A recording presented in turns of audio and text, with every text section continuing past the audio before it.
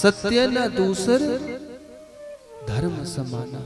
गोस्वामी तुलसीदास जी कहते हैं कि मनुष्य के जीवन में भी जो है वो धर्म रूपी जो है वो सत्य है, और सत्य क्या है? वो परमात्मा है। आगम निगम पुराण बखाना, यही वेद कहते हैं, यही आगम कहते हैं, ये आगम ग्रंथ भी यही कहते हैं, और ये वेद रूपी ग्रंथ भी यही कहते हैं, पुराण भी यही कहते हैं कि सत्य केवल और केवल जो है वो परमात्मा है। भगवान शंकर पार्वती मैया को जब रामचरितमानस कथा कहने लगे तो एक ही बात कह दी कि उमा कहूं मैं अनुभव अपना, सत्य हरि भजन जगत सब सपना। कहते केवल और केवल जीवन में यदि धारण करने को यदि कोई चीज है तो वो है सत्य। जो मनुष्य अपने जीवन में सत्य को धारण करता है तो उसका यही अर्थ है कि वो परमात्मा को जो है वो अपने जीवन में धारण करता है। और दूसरी बात कही कि वो परमात्मा क्या है? वो चित्त स्वरूप है। चित्त का अर्थ लेते हैं कि चित्त का अर्थ होता है कि ज्ञान स्वरूप, प्रकाश स्वरूप वो परमात्मा है। उन परमात्मा को किसी के ज्ञान की जो है वो आवश्यकता नहीं होती है। उपनिषद कहते हैं कि न तत् भाति न सूर्यो न चंद्र तारकम नेमो विद्युतो कुतोयम अग्नि, कि उस परमात्मा को किसी भी काल में जो है वो किसी भी प्रकाश की जो है वो आवश्यकता नहीं होती है। न तद भाति न सूर्य न चंद्र तारकम, न उसे सूर्य प्रकाश करते हैं न चंद्रमा प्रकाश करते हैं। वो स्वयं जो है वो स्वराट है, स्वयं जो है वो इतने प्रकाशमान है कि वो सबको जो है वो प्रकाश होने की जो है वो शक्ति प्रदान करते हैं। तो ऐसे चित्त स्वरूपी परमात्मा को हम आप लोग जो है वो मिल करके प्रणाम करते हैं। और फिर तीसरे शब्दों में कह दिया कि वो परमात्मा जो है वो आनंद स्वरूप है, सुख स्वरूप से आनंद। कहते उस परमात्मा का एक स्वरूप है और वो परमात्मा के हृदय में जो है विराजमान है। कैसे?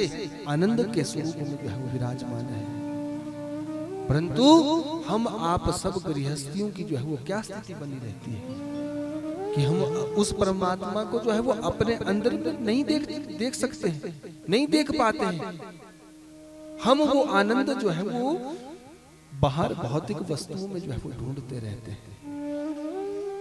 हम वो आनंद जो है भौतिक वस्तुओं में जो है वो सदैव ढूंढते रहते हैं। कोई घर में जो है वो आनंद ढूंढता है, कोई अपने परिवार में आनंद ढूंढता है कि मेरा परिवार यदि फलता फूलता रहेगा तो मेरा आनंद उसमें ही है। यदि हम विचार करें, यदि हमें खाने के लिए बहुत सारे रसगुल्ले मिल जाए ना तो हम सोचते हैं कि आज तो आनंद आ जाएगा। परंतु यदि 2-4 खाने के बाद आपको निरंतर वही खिलाने लग जाए तो क्या आप उसको खा पाओगे? नहीं खा पाओगे। क्यों? क्योंकि वो अजीर्ण हो जाएगा। कहने का तात्पर्य क्या है कि वो आनंद आपके हृदय में ही विराजमान था जो आप उन रसगुल्लों में ढूंढ रहे थे। परंतु जब 2-4 वो आपके उदर पूर्ति के लिए आपके पेट में चले गए तो अब वही रसगुल्ले जो है वो विष दिखने लगे कि यदि मैं अब इसे एक से ज्यादा और भी खा लूंगा तो ये विष बन जाएंगे और फिर अजीर्ण मेरे पेट में जो है वो कर देंगे। उदाहरण के माध्यम से यदि हम स्पष्ट करें तो आपने गांव ग्रामीण क्षेत्रों में जो है वो श्वान को देखा होगा, कुत्तों को देखा होगा। वो क्या करते हैं? जब गांव में कोई पशु जो है वो मृत्यु को प्राप्त हो जाता है तो गांव के सभी कुत्ते जो है वो उसे खाने के लिए, उसका मांस खाने के लिए जो है पहुंच जाते हैं। जब वो उस मांस को भी खा लेते हैं, मांस खाने के बाद भी क्या वो कुत्ते करते हैं? वो कुत्ते जो है वो उस पशु की हड्डियों को लेकर के जो है वो इतना स्वाद समझते हैं कि उसे चबाते चबाते जो है वो घर के आंगन तक पहुंच जाते हैं। वो क्या करता है कुत्ता, उस हड्डी में जो है वो आनंद ढूंढता रहता है जो उसे मांस खाने में आता रहता था। कहने का तात्पर्य क्या है, जब उस कुत्ते की स्थिति देखी तो क्या उसके मसूड़ों से ही जो है वो रक्त निकलता रहता है, और वो विचार करता है कि वो रक्त कहां से निकल रहा है, उस हड्डी से निकल रहा है, वो उसमें ही जो है वो अपना आनंद ढूंढता रहता है। वैसे ही मनुष्य भी जो है वो हम भी क्या करते हैं, हम गृहस्थियों का भी एक ही रोना है। हम भी आनंद ढूंढते हैं गृहस्थ में, भौतिक सुख सुविधाओं में, वाहन में, मकान में, घर में, गृहस्थी में, पत्नी में, पुत्र में, परंतु हमें वो सुख जो है वो नहीं मिल पाता है। तो यहाँ पर बताया कि यदि वो आनंद है तो वो आनंद हमारे हृदय में ही विराजमान है और वो परमात्मा का स्वरूप है। परंतु वो आनंद तब आएगा जब हम अपने अंतःकरण चतुष्टय को जो है वो पुष्ट करेंगे, शुद्ध करेंगे, तब वो आनंद स्वरूपी परमात्मा जो है वो हमारे में है, विराजमान होंगे। तो अंतःकरण का जो है वो स्पष्ट किया अर्थ कि मन, बुद्धि, चित्त और अहंकार से जो रहित होगा उसके हृदय में जो है वो परमात्मा जो है वो वास करेंगे। ऐसे आनंद स्वरूपी परमात्मा को जो है वो हम आप मिलकर के जो है वो प्रणाम करते हैं। बोलो सच्चिदानंद भगवान की। तो बताया कि ये तो हो गया भगवान के स्वरूप का परिचय कि वो करते क्या है, उनका परिचय क्या है। परंतु फिर बताया कि ये सत रूप है, ये चित्त रूप है, ये आनंद रूप है, परंतु ये करते क्या है। तो बताया कि तापत्रय विनाशाय,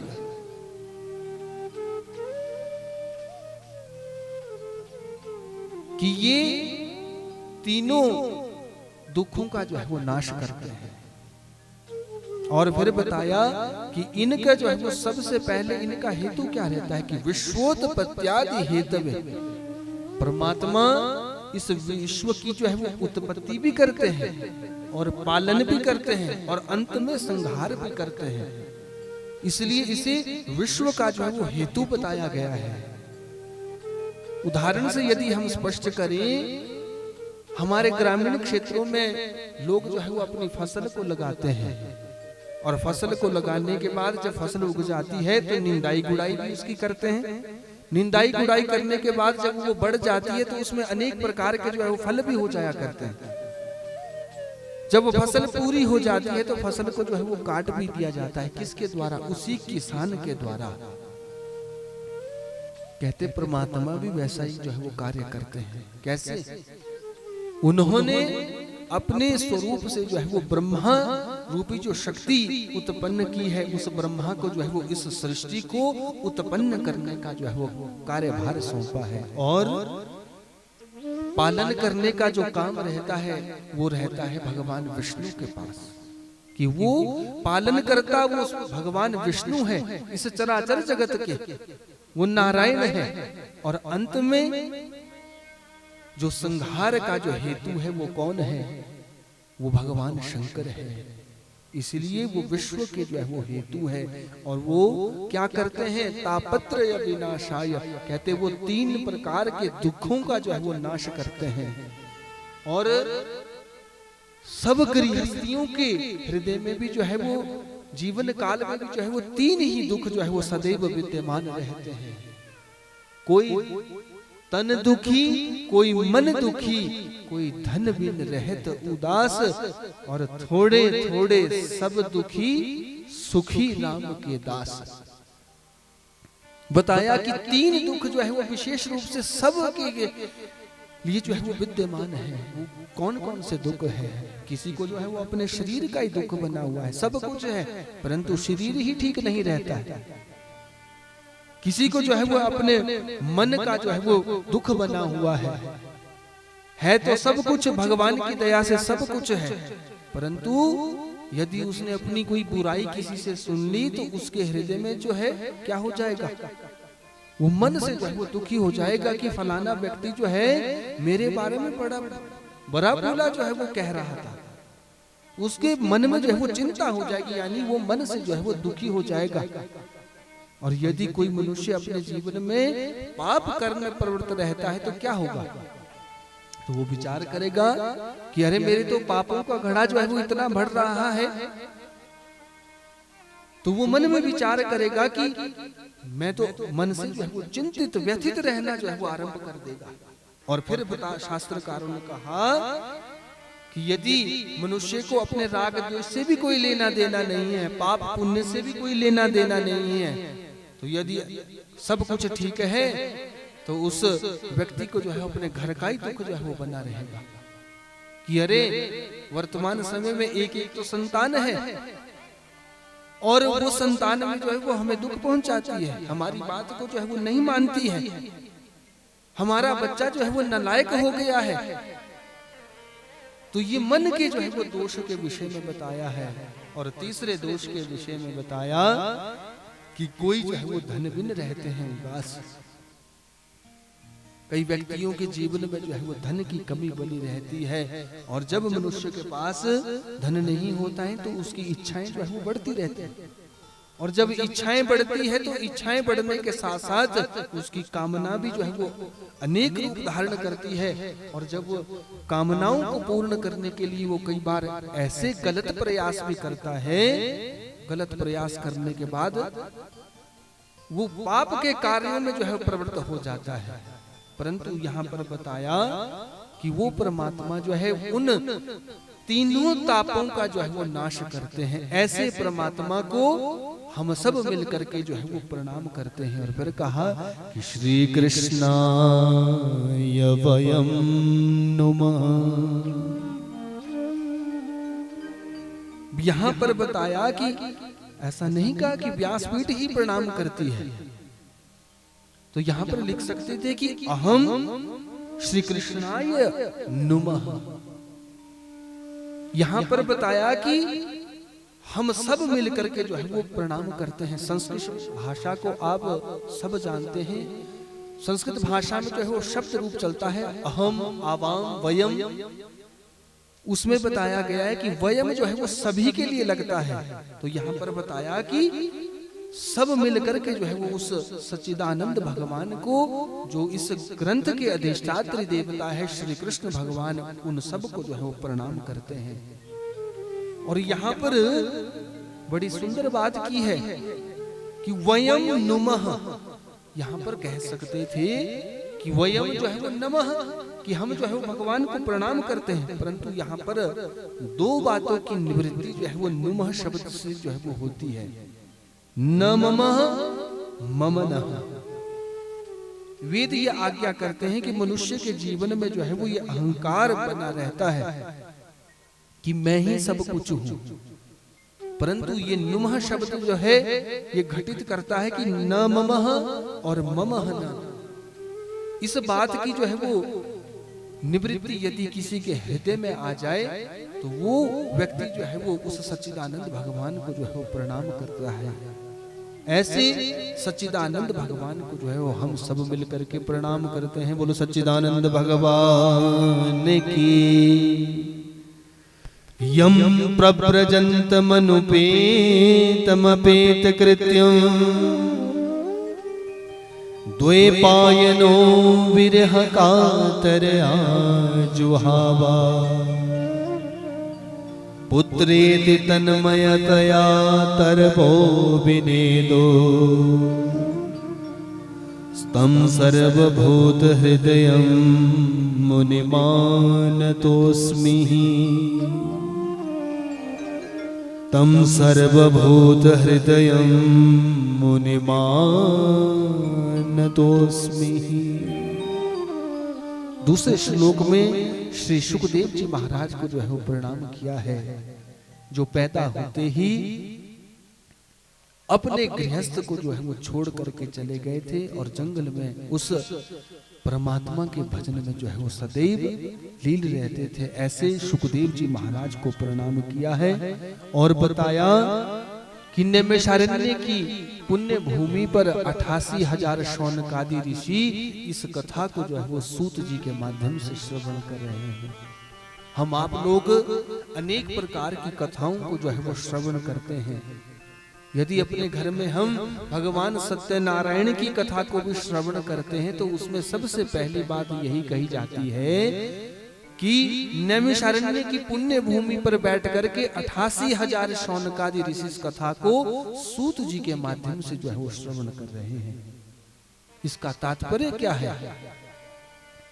जितनी भी पुराणों की कथाएं हुई है, जितनी भी धर्म शास्त्र ग्रंथों की कथाएं हुई है, वो नैमिषारण्य नाम एक जगह है। जो लोग तीर्थ याटन के लिए जाते हैं, उन्होंने सीतापुर जिले में, ये यूपी में ये सीतापुर जिला पड़ता है, वहां पर नैमिषारण्य तीर्थ का जो है वो दर्शन किया होगा। उसे आदि तीर्थ के नाम से भी जो है पुकारा जाता है। और स्वयं भगवान ने एक बार जो है वो ऋषियों को एक चक्र प्रदान किया था। इसके विषय में अन्य पुराणों में जो है वो कथा कही गई है कि एक बार बहुत सारे ऋषि जो है वो अपने संध्या काल से निवृत्त होकर के ब्रह्मा जी के पास पहुंचे और उन्होंने प्रणाम किया और कहा कि आप हमें कोई भजन करने के लिए, कोई कथा श्रवण करने के लिए कोई ऐसा स्थान बताएं जहां पर हम भगवान का जो है वो अर्चन कर सके, अनेक वर्षों तक कर चलने वाला जो है वो हम यज्ञ कर सके, ऐसी कोई भूमि बताएं। तो ब्रह्मा जी ने क्या किया, सब ऋषियों को लेकर के जो है वो आज भगवान विष्णु जी के पास पहुंच गए। भगवान विष्णु जी ने अपना चक्र जो है वो प्रदान किया और वो चक्र आज सीधा जो है वो निमिष मात्र में, सेकंड मात्र में जो है वो एक ऐसे निर्जन जंगल में पहुंच गया जिस स्थान का नाम जो है वो नैमिषारण्य पर पड़ गया। इसके विषय में कथा आती है कि वो नैमिषारण्य जो है वो सीतापुर जिले में है, उस उत्तर प्रदेश के जिले में है। और जिन्होंने उस चक्र तीर्थ का जो है वो दर्शन किया होगा वो गोलाकार में है। भगवान का चक्र, भगवान के चक्र की नेमी वहां पर शांत हुई थी, इसलिए उसका नाम नेमी तीर्थ पड़ा। और अरण्य कहते हैं जंगल को, वहां पर पहले जंगल था। नेमी जहां पर शांत हुई वो स्थान जो है वो नैमिषारण्य पड़ा। वहां पर सभी ऋषियों ने जो है वो बैठ करके सूत जी के माध्यम से जो है वो अनेक वर्षों तक चलने वाले इस यज्ञ को और यज्ञ में चलने वाली कथाओं को जो है वो श्रवण किया। ऐसे 88,000 शौनकादि मुनियों ने आज सूत जी महाराज को उस नैमिषारण्य के भूमि पर बैठ करके प्रणाम किया है। और यदि ये तो हुई नैमिषारण्य की कथा, परंतु यदि हम इस कथा की आध्यात्मिक दृष्टि देखें कि नैमिषारण्य वास्तव में क्या है, हमारा मन जो है वो क्या है, हमारा दिमाग जो है वो क्या, इसमें भी जो है वो अनेक प्रकार के विचार चले रहते हैं। इसे भी जो है वो धर्म शास्त्रकारों ने जो है वो जंगल की जो है उपाधि दी है। इसमें अनेक विचार चले रहते हैं, ये जंगल के समान है। और जब तक इस मन की जो है वो नेमी वो शांत नहीं होगी, तब तक हम कथाओं को जो है वो श्रवण नहीं कर सकते हैं। तब तक ये कथाएं जो है वो हमारे हृदय में हृदंगम नहीं हो सकती है। इसलिए सबसे पहले हमें अपने शरीर को, उस स्थान को जो है वो नैमिषारण्य जो है वो बनाना पड़ता है, अपने मन की गति को रोक करके। इसलिए तो कहा जाता है कि जहां पर भी पुराणों की कथाएं होती है वहां पर सब तीर्थ जो है वो विद्यमान हो जाते हैं मूर्तिमंत रूप में। वहां पर गंगा, यमुना, सब नदियां जो है वो विद्यमान हो जाती है। वहां पर सब तीर्थ जो है वो विद्यमान हो जाते हैं। परंतु वो तो नैमिषारण्य की कथा हो गई, परंतु हमें अपने मन की नेमी जहां पर हमारी शांत होती है, जिस जगह में शांत होती है, वही नैमिषारण्य होता है। इसलिए इस कथा की अध्यात्म दृष्टि बताई है कि जब तक हमारा मन जो है वो स्थिर नहीं होगा कथा के प्रति, तब तक जो है वो कथा हमारे हृदय में नहीं हो सकती है। ऐसी चक्र तीर्थ में बैठ करके आज शौनकादि ऋषियों ने क्या किया है, उन सूत जी महाराज के पुत्र उग्र शर्वा जी के जो पुत्र कहे गए हैं रोमहर्षण जी महाराज, जिन्हें सूत की जो है वो उपाधि दी गई है, उन्हें प्रणाम किया और कहा कि महाराज, धन वृद्धा बल वृद्धा आयुर्वृद्धास्तथैव च ते अपि ज्ञानवृद्धा किंकरा शिष्य किंकरः। कई मनुष्य जो है वो धन में बड़े होते हैं, इसलिए मनुष्य जो है वो उनके पास प्रणाम करने के लिए चले जाते हैं।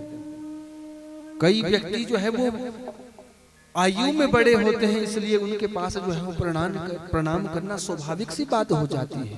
धन वृद्धा बल वृद्धा आयुर्वृद्धास्तथैव च। और कई आयु में बड़े होते हैं, कई बल में बड़े होते हैं, इसलिए उनके पास जाकर के जो उनसे छोटे होते हैं उनका परम कर्तव्य ये बनता है कि हम प्रणाम करें। परंतु यहाँ पर बताया कि ते सर्वे अपि ज्ञान वृद्धा, परंतु यदि कोई ज्ञान में वृद्ध है, यदि वो अपने से छोटा भी हो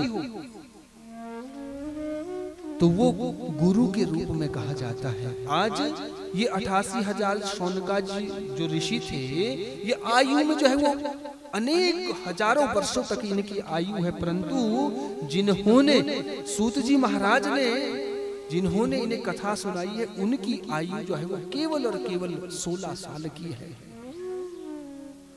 उनने सूत जी महाराज को इन 88,000 शौनकादि ऋषियों ने प्रणाम किया और क्या कहा कि आप हमारे प्रणाम को जो है वो स्वीकार करें, और कथा सुनने की जो है वो इच्छा को प्रकट किया है। और क्या कहा, अज्ञान ध्वांत विध्वंस कोटि सूर्य समप्रभा सूताख्या हि कथा सारम मम कर्ण रसायनम।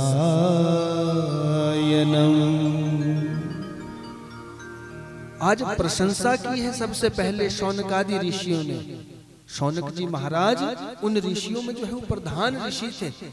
उन्होंने कहा कि अज्ञान ध्वंत विध्वंस, कहते ही सतगुरुदेव महाराज आप हमारे हृदय में बैठे हुए उस अज्ञान का नाश करें। उन्होंने ये नहीं कहा कि हम बहुत बड़े ज्ञानी हैं, क्योंकि कथा जो है वो ज्ञान देती है, आपने विचार करना। और कथा को श्रवण करने से पूर्व यदि कोई ज्ञानी भी कथा श्रवण करने बैठा हो तो उसे भी क्या मन में ये विचार लेकर के बैठना चाहिए कि मुझे जो है वो भगवान की कथा के विषय में कुछ पता नहीं है। यदि वो अपने को सर्वे सर्वा मान करके जो है वो बैठा रहेगा कि ये प्रवक्ता जो है वो मुझे क्या कथा सुनाएंगे, मेरी तो आयु जो है वो इतनी हो चुकी है, तब तक उसके हृदय में वो कथा जो है वो प्रवेश नहीं कर सकती है। परंतु यहाँ पर इन शौनकादि ऋषियों को जो हजारों वर्ष जो है वो भगवान की कथा को श्रवण करते हुए हो गए हैं, परंतु आज इन्होंने सबसे पहली बात क्या कही है कि अज्ञान ध्वंत विध्वंस। कहते हम अज्ञानी हैं।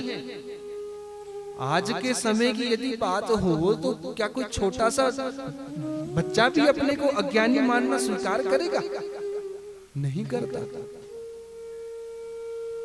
आजकल का तो व्यक्ति केवल और केवल एक ही बात में जो है वो अपने को स्वीकार करता है। किस विषय में? कि महाराज मेरे पास तो बस धन ही नहीं है, धन ही नहीं है। और बाकी और चीजों में जो है वो कभी अपने को अज्ञानी नहीं समझता है, और चीजों में कभी अपने को छोटा नहीं समझता है। छोटा समझता है तो केवल और केवल जो है वो धन में छोटा समझता है। चाहे भगवान की दया से जो है वो सब कुछ उसके पास हो, परंतु क्या विचार करता है कि बाकी तो सब ठीक है, बस धन ही नहीं है, धन ही नहीं है। तो भगवान भी क्या करते हैं? तो भगवान भी कहते हैं कि जब तू धन के विषय में ही रोता रहता है तो जा, अब तेरे पास यदि होगा भी तो तेरी जो है वो तृप्ति उससे होगी नहीं। यदि तू उसे भोगना भी चाहेगा तो तुझे जो है वो कई प्रकार की बीमारियां जो है उससे हो जाएगी। क्यों? तभी आप देखते हैं कि आज मनुष्य जो है अपने को विचार करता है कि धन में जो है वो मैं केवल और केवल जो है वो छोटा ही हूं। धन होते हुए भी ये विचार करता है।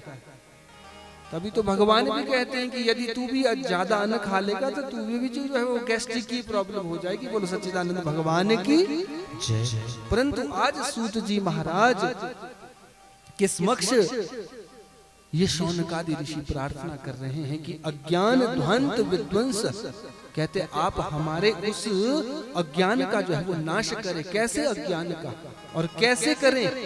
जैसे प्रातः काल समय में सूर्य जब उदित होता है तो वो अंधकार को जो है वो नाश कर देता है, वैसे ही आप हमारे हृदय में जो अज्ञान बैठा है उसका नाश कर दे। और फिर कह दिया कि सूताख्या ही कथा सारम मम कर्णः रसायनम, कहते उन कथा आप सार रूप में हमें सुनाएं जिससे हमारा कल्याण हो सके। क्यों? यह घोरे कलो प्रायो जीवश्चासुतां गतः क्लेशाक्रान्तस्य तस्यैव शोधने किं परायणम्।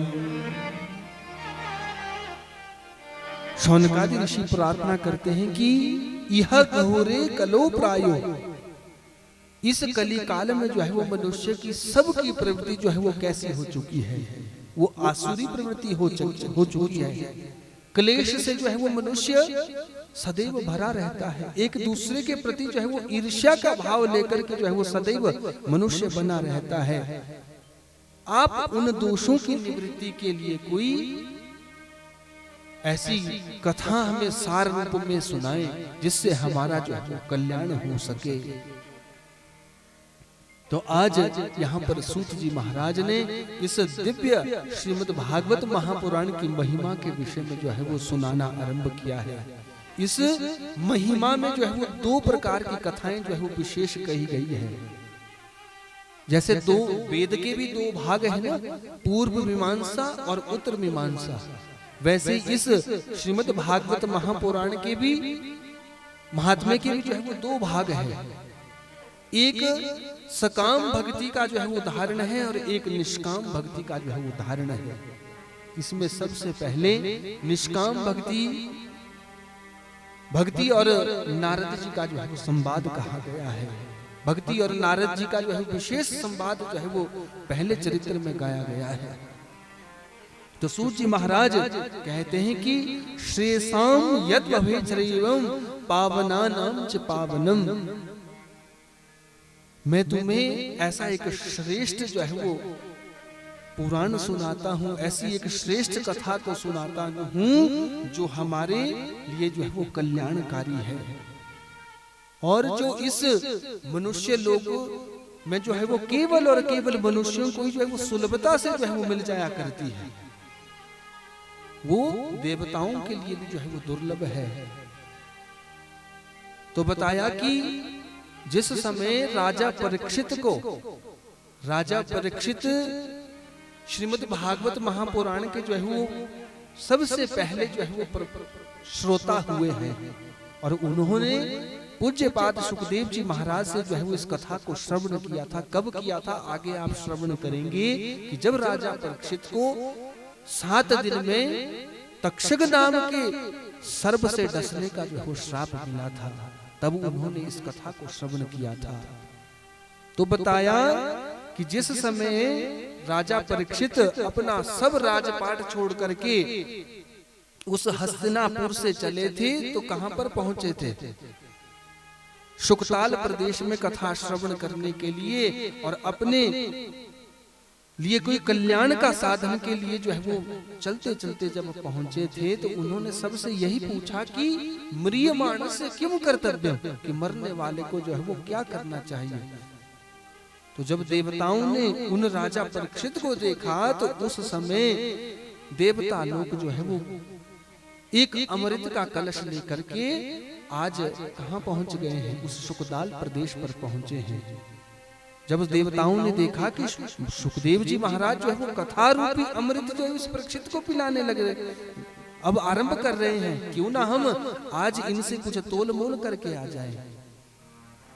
परंतु जैसे ही ये अमृत का कलश लेकर के देवता लोग आए और इन्होंने कहा कि सुखदेव जी महाराज आप हमें कथा रूपी अमृत पिला दो और बदले में ये जो अमृत रूपी कलश है ये इस परीक्षित को जो है वो पिला दो, इसकी मृत्यु नहीं होगी इस अमृत को पीने से।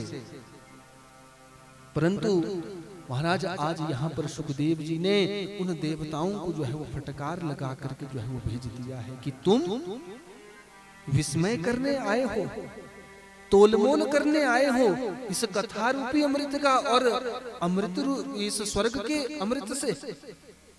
आज फटकार लगा करके भेज दिया है कि तुम्हें ये कथा रूपी अमृत जो है वो नहीं मिलेगा। इसलिए सूत जी महाराज निवेदन करते हैं कि ये कथा जो है वो सुवर्णामपि दुर्लभम, कहते ये देवताओं के लिए भी जो है वो दुर्लभ है। मैं तुम्हें ऐसी कथा को जो है वो सुनाता हूं। तो बताया कि 7 दिन की जो इसकी विधि है वो भी नारद जी को सनकादि ऋषियों ने बताई थी और स्वयं नारद जी ने इस कथा को जो है सनकादि ऋषियों से जो है वो श्रवण किया था। परंतु यहाँ पर सनकादि ऋषियों ने प्रश्न कर दिया कि महाराज ऐसा संभव कैसे है, नारद जी महाराज कैसे इस कथा को जो है वो एक जगह में बैठ करके जो है वो श्रवण कर सकते हैं। क्योंकि नारद जी का स्वभाव तो क्या है, नारद जी एक जगह में बैठ करके जो है वो नहीं रहा करते, वो तो गोदोहन काल से ज्यादा जो है वो कहीं नहीं रह सकते थे। परंतु इसके विषय में बताया सूत जी महाराज ने कि मैं तुम्हें एक ऐसा कथानक जो है नारद जी का सुनाऊं जो सब पापों का जो है वो नाश करता है। बोलो सच्चिदानंद भगवान की जय। सूत जी महाराज कहते हैं कि सुनो ऋषियों, एक बार ये नारद जी महाराज जो है वो सत्संग की इच्छा से अनेक प्रकार के जो है वो तीर्थों का गमन करने लगे और जैसे ही तीर्थों पर गए तो इन्होंने तीर्थों पे बढ़ते हुए कई प्रकार की विकृतियों को जो है वो देखा और जब देखा तो मन में विचार किया कि अब जो है वो घोर कलयुग आने वाला है और जैसे जैसे ये कलयुग की स्थिति बढ़ेगी तो हमारे धर्म के जो स्थान है, जो तीर्थ है, उनके ऊपर जो है वो कई ऐसे भी धर्मी लोग हो जाएंगे जो इसके ऊपर कुठाराघात करते रहेंगे। वैसी ही स्थिति जब नारद जी ने देखी तो उन्हें कहीं पर जो है वो शांति नहीं मिली और आज नारद जी महाराज ने विचार किया कि मुझे अब यहाँ से चल देना चाहिए। गृहस्थियों के घर में भी देखा, तीर्थों के ऊपर जाकर भी देखा, परंतु कहीं पर जो है वो शांति नहीं मिली। आज नारद जी महाराज उस स्थान पर पहुंचे जहाँ भगवान कृष्ण जी ने जो है वो अपनी अनेक लीलाएं जो है वो की थी और वो उस स्थान पर पहुंचे जिसे वर्तमान समय में जो है वो गोलोक धाम कहा जाता है। वो उस वृंदावन धाम में जो है वो पहुंचते हैं और वृंदावन धाम में भी कहां पहुंचते हैं, यमुना के तट के ऊपर। और जैसे ही यमुना के तट के ऊपर पहुंचे तो उन्होंने क्या देखा, एक आश्चर्यचकित जैसी बात देखी कि एक नवयुवक स्त्री जो है, एक नव युवती जो है वो स्त्री बैठी है उस यमुना के किनारे और अनेक झुंड बनाकर के जो है वो उस समय अनेक स्त्रियां उस युवती के पास बैठी है और उस युवती की टांगों के ऊपर जो है वो 2 ऋषि कुमार हैं जो बूढ़े प्रतीत हो रहे हैं और ये युवतियां जो है वो आपस में विलाप कर रही है, रो रही है। परंतु जैसे ही नारद जी ने उनका दर्शन किया तो आज उस स्थान तक नहीं गए। उसी समय एक युवती ने जो है वो आवाज लगाई कि भो भो साधु क्षणम तिष्ठ्वा मन चिंतामपि नाशय। कहते हैं हे साधु महाराज आप रुक जाइए और मेरी चिंता का जो है वो विनाश करें। नारद जी महाराज जो है वो पहुंचे, उस युवती ने प्रणाम किया, उस युवती से जो है वो उसका पता पूछा कि तुम कौन हो और किस कारण से यहाँ पर विलाप कर रही हो, तुम्हारी उम्र जो है वो इस समय जो है युवती प्रतीत हो रही है, और तुम्हारी टांगों के ऊपर ये जो पुरुष लेटे हैं ये कौन है? तो उस स्त्री ने जो है वो अपने विषय में बताया कि मैं कौन हूं, कि अहम भक्ति रीति ख्याता, कि मेरा नाम जो है वो भक्ति है। मैं कर्नाटक देश में पैदा हुई और पैदा होने के बाद बढ़ती हुई जो है वो मैं अनेक राज्यों में जो है वो जाती जाती जो है वो बढ़ती बढ़ती जो है वो जैसे जैसे बढ़ने लगी, लोगों की भी भक्ति जो है वो अनन्य भाव से जो है वो बढ़ती रही। परंतु जैसे जैसे मैं और बड़ी हुई, जैसे जैसे मैं गुजरात के जैसे क्षेत्रों में पहुंचने लगी, तो क्या हुआ? गुर्जरे जीर्णताम गतः, जो बहुत बड़े धनवान लोग थे, उन लोगों ने जो है वो अपने हृदय से जो है वो मुझे निकाल दिया, और मैं अब अपनी रक्षा हेतु जो है वो इस स्थान पर पहुंची हूं। तो बता दिया कि जैसे ही मैं इस वृंदावन में पहुंची तो मेरे साथ एक ऐसी घटना घटी कि मैं तो नव यौवन बन गई, एक नव युवती बन गई, परंतु ये जो मेरे पुत्र थे, ज्ञान और वैराग्य, ये वृद्धावस्था को जो है प्राप्त हो गए।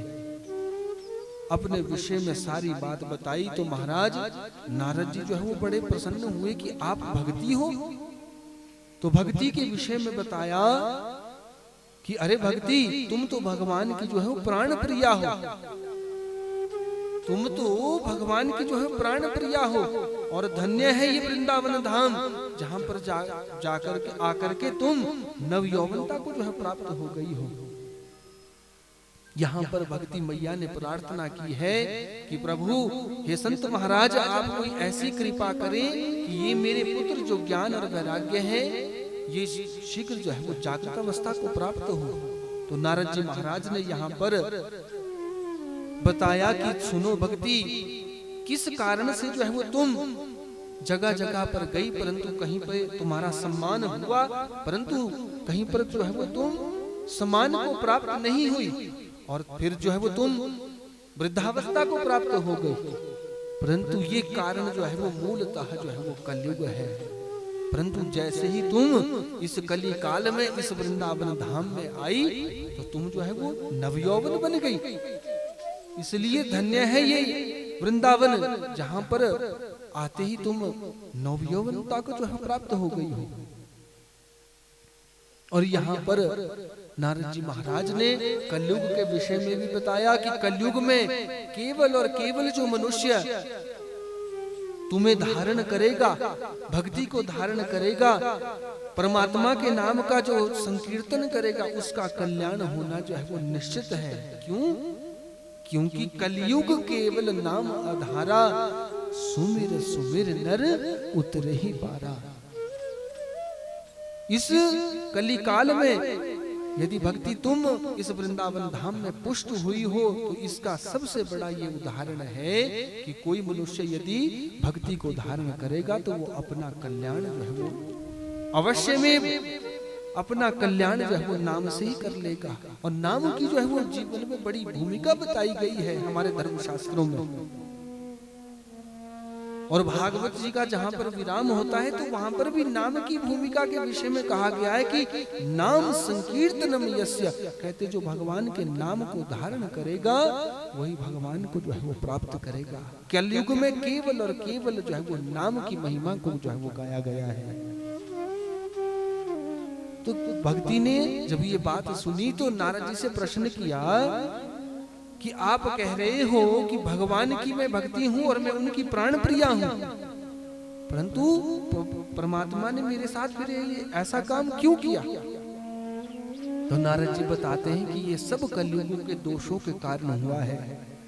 परंतु यहाँ पर भक्ति मैया जो है नारद जी से प्रार्थना करती है कि आप हमारे पुत्रों को जागृत अवस्था में लाने के लिए कोई ऐसा कार्य करे जिससे ये जागृत अवस्था को जो है प्राप्त हो जाए, उठ जाए। तो नारद जी महाराज ने यहाँ पर निष्काम भाव से जो है वो गीता का पाठ शुरू करना आरंभ कर दिया, वेदों का उच्चारण करना उनके कानों में शुरू आरंभ कर दिया। वेदों की जो है वो स्वर लहरिया जैसे ही उन ज्ञान और वैराग्य के कानों में गई तो थोड़ी थोड़ी जागृत अवस्था तो उनको आई, परंतु पूर्ण जागृत अवस्था नहीं आई। जैसे ही वो वेद की ध्वनियां जो है वो बंद हो जाती थी, उसी समय वो भी सुषुप्त अवस्था को जो है प्राप्त हो जाते, वो सो जाते थे। परंतु आज नारद जी महाराज ने ये विचार किया कि ये ऐसा क्यों है, ऐसा इसमें क्या कारण है। तो उसी समय वहां पर भविष्यवाणी हुई कि सुनो नारद, इनकी जागृत अवस्था को प्राप्त करने के लिए कोई सत्कर्म करो, कोई सत्कर्म करो। तो नारद जी महाराज ने जब ऐसा सुना कि मैं अभी तक गीता का पाठ कर रहा था, उपनिषदों का पाठ कर रहा था, वेदों का पाठ कर रहा था, क्या वो सत्कर्म नहीं था? परंतु आज उस भक्ति को आश्वासन दिया है, उस भक्ति देवी को आश्वासन दिया है कि सुनो भक्ति, तुम भगवान की प्राण प्रिया हो, और मैं ये मन में संकल्प लेता हूं कि जब तक तेरे दुख को दूर नहीं कर दूंगा, तब तक मैं तुम्हारे दुख को दूर करने के लिए प्रयास करता रहूंगा। तो बताया सूत जी महाराज ने कि सुनो शौनकादि ऋषियों, इसी सत्कर्म के विषय में जानने के लिए नारद जी महाराज आज उस वृंदावन के यमुना के तट से जो है वो चले हैं, और चलते चलते जो है वो कहां पहुंचे, बद्री विशाल में जो है वो पहुंचे, जहां पर नर नारायण भगवान जो है वो विद्यमान रहते हैं। वहां पर सनकादि ऋषि जो है वो स्वयं सच्चिदानंद भगवान की जो है वो भक्ति किया करते हैं, उनका नाम संकीर्तन किया करते हैं। आज जैसे ही उन सनकादियों के दर्शन किए नारद जी ने, तो आज जाकर के जो है वो प्रणाम किया है, प्रणाम किया। और जैसे ही प्रणाम किया तो क्या देखा कि नारद जी का जो है वो मुंह लटका हुआ सा है। सनकादियों ने पूछा कि ये तुमने एक साधु होकर के भी अपना ये क्या वेश बना रखा है? गतवित्तो यथा जन, क्या तुम्हारा कोई धन जो है वो किसी के द्वारा छीन लिया गया है, या तुम्हारे ज्ञान का या तुम्हारे किसी चरित्र का जो है वो हरण हो गया है? क्योंकि साधु पुरुष जो होते हैं उनके पास चरित्र रूपी जो है वो धन हुआ करता है। आज ये विचार कर रहे हैं सनकादि ऋषि की इन नारद जी महाराज ने अपना ये क्या स्वरूप बना रखा है। अरे ये तो वो बात हो गई कि दिया तले अंधेरा। यदि साधु होकर भी आप मन से जो है वो व्यथित रहोगे तो भला ये बात कैसे स्पष्ट होगी कि आप साधु हो, आप संत हो? क्योंकि साधु तो अपनी आत्मा से ही जो है वो भगवान अपनी आत्मा में ही रमण करता रहता है, भगवान का सुमिरन, भगवान का अर्चन जो है वो मन से किया करता है, इसलिए वो सदैव प्रसन्न रहता है, उसे संसार के दुखों से कोई लेना देना नहीं होता है। परंतु आज नारद जी से उनके दुख का कारण पूछा तो नारद जी महाराज ने ये सारा प्रसंग जो है वो सनकादि ऋषियों के पास बताया कि मैं घूमते घूमते किस तरह से जो है वो वृंदावन पहुंचा, और वहां पर मैंने एक नव युवती स्त्री को देखा जिसके दो पुत्र जो है वो वृद्धावस्था को प्राप्त हो गए हैं, और उनको जागृत करने के लिए जब मैंने कोई प्रयास किया तो मैं उसमें विफल रहा, और जब विफल रहा तो आकाशवाणी हुई कि सत्कर्म करो, सत्कर्म करो। परंतु जिससे भी मैंने सत्कर्म के बारे में पूछा उसने अपना मुंह जो है वो बंद कर दिया, और आज मैं आपके समक्ष जो है वो घूमते घूमते इसी कारण से जो है वो पहुंच गया हूं। यदि आप ये ज्ञान रखते हैं कि वो सत्कर्म क्या है तो उस सत्कर्म के विषय में जो है वो मुझे बताएं। तो आज सनकादि ऋषियों ने उस नारद के दुख को जो है वो दूर किया है। अरे नारद, वो सत्कर्म कोई और नहीं है, वो तुम भी जानते हो वो सत्कर्म क्या है। सत्कर्म सूचको नुन, वो छोटा सा सत्कर्म है। यदि तुम उन भक्ति ज्ञान वैराग्य की वृद्धि के लिए श्रीमद् भागवत महापुराण की कथा को करोगे, करवाओगे, तो उस कथा के माध्यम से ये भक्ति ज्ञान वैराग्य जो है वो पुष्ट हो जाएंगे। जब ऐसी बात नारद जी ने सुनी तो आज जो है वो मन ही मन में बड़े प्रसन्न हो गए। सनकादि ऋषियों से प्रार्थना की कि आपने मेरे दुख का जो है वो निराकरण किया है, और अब मैं आपसे प्रार्थना करूंगा कि आप ही उस कथा को जो है वो हमें सुनाए। क्यों? क्योंकि मेरा मन में ये भाव है, मेरा ये मन में भाव है कि जब तक मैं उस भक्ति ज्ञान वैराग्य के कष्टों की निवृत्ति ना कर लूं तब तक मैं आसानी से जो है वो भजन भी नहीं कर पाऊंगा। सनकादि ऋषियों ने कहा कि यदि तुम्हारा ऐसा भाव है तो एक काम करो, कथा का आयोजन करो और हम कथा करेंगे।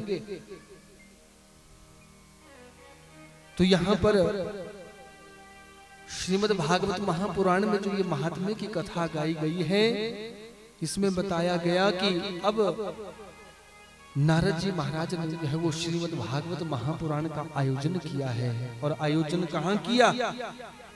आनंद नाम के तट पे किया, हरिद्वार के समीप जो है वो किया।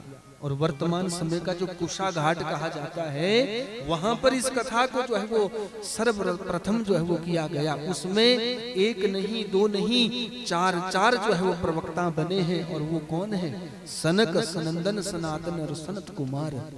उनके लिए आसन लगाया गया है और एक पीपल के वृक्ष के नीचे बैठ करके नारद जी जो है वो मुख्य यजमान के रूप में इस कथा को जो है वो करवा रहे हैं। और उस कथा का एक हेतु है, और उस कथा का एक हेतु है कि उस भक्ति ज्ञान वैराग्य की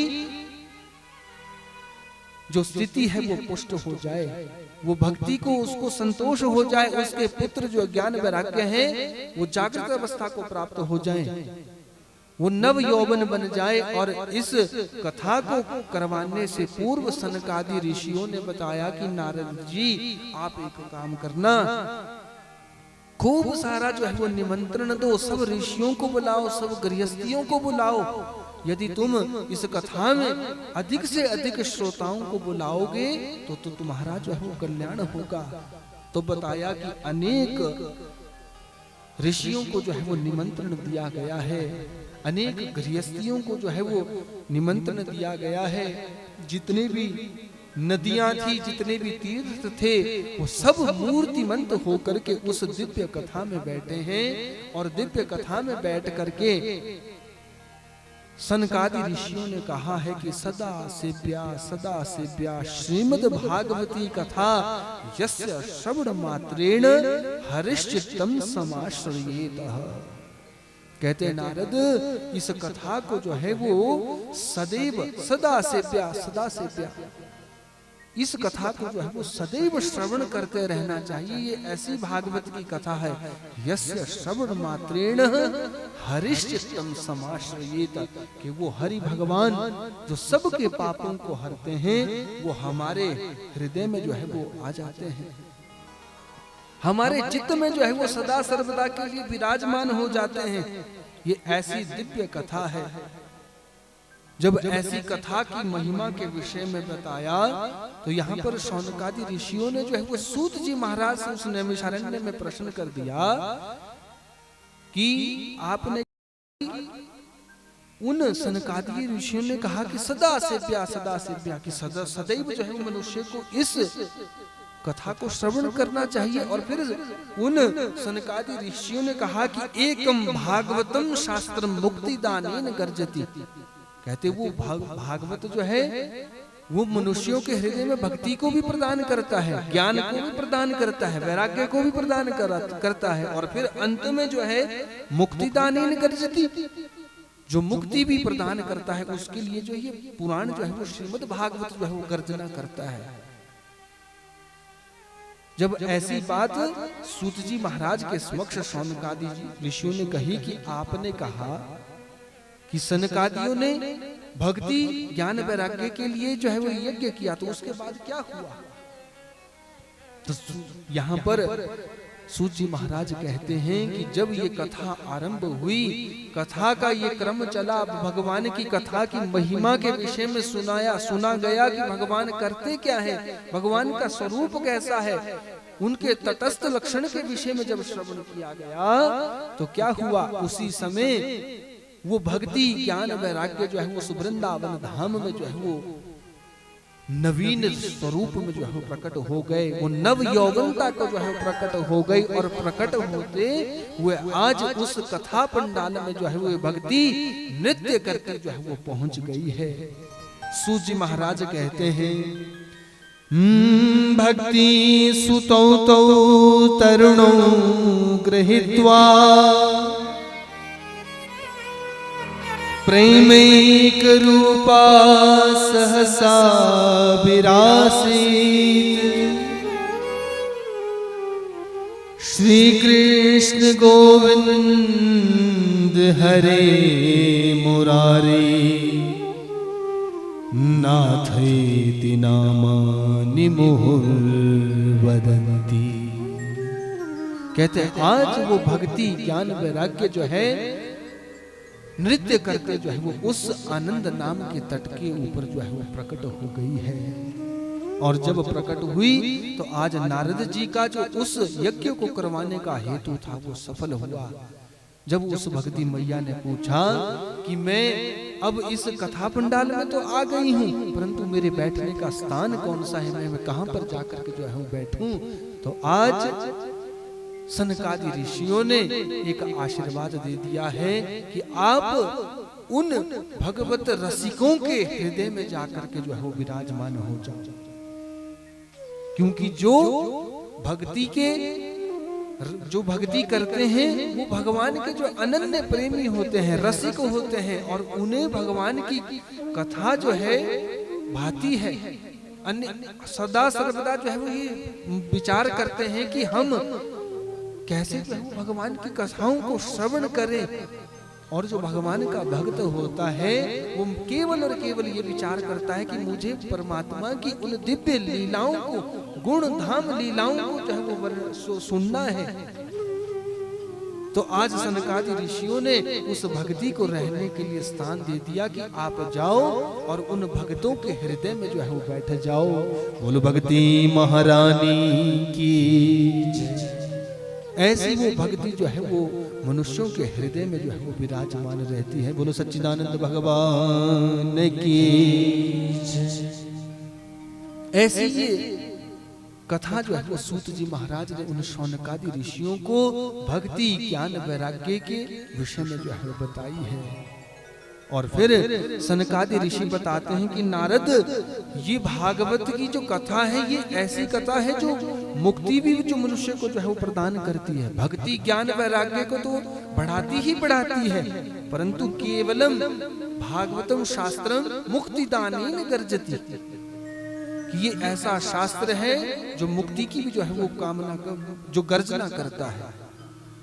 तो यहाँ पर नारद जी महाराज ने भी जो है वो प्रश्न किया है, यहाँ पर प्रश्न किया है कि क्या इस कथा को श्रवण करने से कभी किसी की मुक्ति हुई है? क्या कोई पापी भी इस कथा को जो है वो श्रवण कर सकता है? तो यहाँ पर जो है वो बड़ा सुंदर कथानक जो है वो धुंधुकारी चरित्र के विषय में बताया गया है, जिसे हम सार रूप में जो है वो कल श्रवण करेंगे। कि एक आत्मदेव नाम के ब्राह्मण थे और किस प्रकार से उनके घर में कालांतर में संतान हुई, परंतु ऐसी दुष्ट संतान हुई जो पापी बना, और पापी होने के बावजूद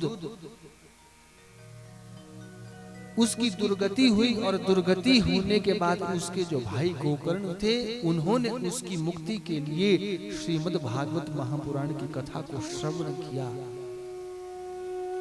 ऐसी दिव्य कथा को जो है वो हम कल श्रवण करेंगे। और श्रीमद् भागवत महापुराण ये जो दिव्य ग्रंथ जिसके परिचय को हमने आज श्रवण किया कि ये भागवत है क्या, इसके परिचय के विषय में हमने श्रवण किया। कल इस भागवत की कथा में जो है उसके बाद प्रवेश करेंगे। अंत में भगवान से यही प्रार्थना हम आप सब करते हैं कि जिस दिवंगत आत्मा की शांति के लिए ये यज्ञ, ये अष्टम दिवस से जो पारायण जो है वो करवाया जा रहा है, उसके श्रवण मात्र से और इस यज्ञ के करने से उस दिवंगत आत्मा को विष्णु पद की जो है वो प्राप्ति हो, और इस कुल में जितने भी अज्ञात पितर हो, ज्ञात पितर हो, सबको जो है वो भगवान नारायण जो है, भगवान अनंत जो द्वारिकाधीश है, वो अपने निज चरणों में वास दे। इसी के साथ अपनी वाणी को विराम देंगे, एक कीर्तन के साथ जो है वो आज की कथा को विराम देंगे। बोलो सच्चिदानंद भगवान की। मुकुंद माधव गोविंद बोले, मुकुंद माधव गोविंद बोले, केशव माधव हरि हरि बोल, केशव माधव हरि हरि बोल, मुकुंद माधव गोविंद बोल, मुकुंद माधव गोविंद बोल, केशव माधव हरि हरि बोल, केशव माधव हरि हरि बोल, हरि हरि बोल प्यारे राम राम बोल, हरि हरि बोल प्यारे राम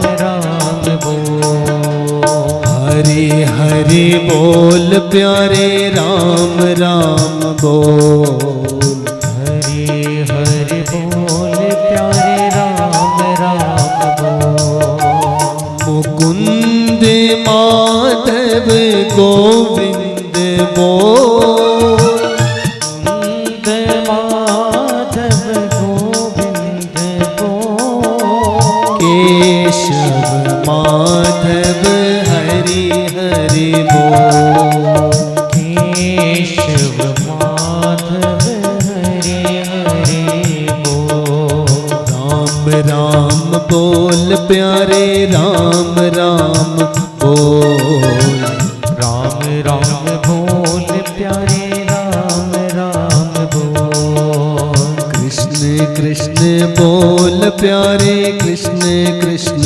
बोल, कृष्ण कृष्ण बोल प्यारे कृष्ण कृष्ण बोल, मुकुंद माधव गोविंद बोल, मुकुंद माधव गोविंद बोल, केशव माधव हरि हरि बोल, केशव माधव हरि हरि बोल, राम राम बोल प्यारे राम राम बोल, राम राम बोल प्यारे राम राम बोल, शिव शिव बोल प्यारे शिव शिव बोल, शिव शिव बोल प्यारे शिव शिव बोल, मुकुंद माधव गोविंद बोल, मुकुंद माधव गोविंद बोल, केशव माधव हरि हरि बोल, केशव माधव हरि हरि बोल, राम राम बोल, ओ राम राम बोल, नारायण बोल, नारायण बोल, शिव शिव बोल, शिव शिव बोल, सदा शिव बोल, सदा शिव बोल, बोलो सच्चिदानंद भगवान की जय, भागवत भगवान की जय, तारा मैया की जय, भगवती मैया की जय, दिवंगत आत्मा की जय, उमापति महादेव की जय, नमः पार्वती पतये हर हर महादेव शंभो।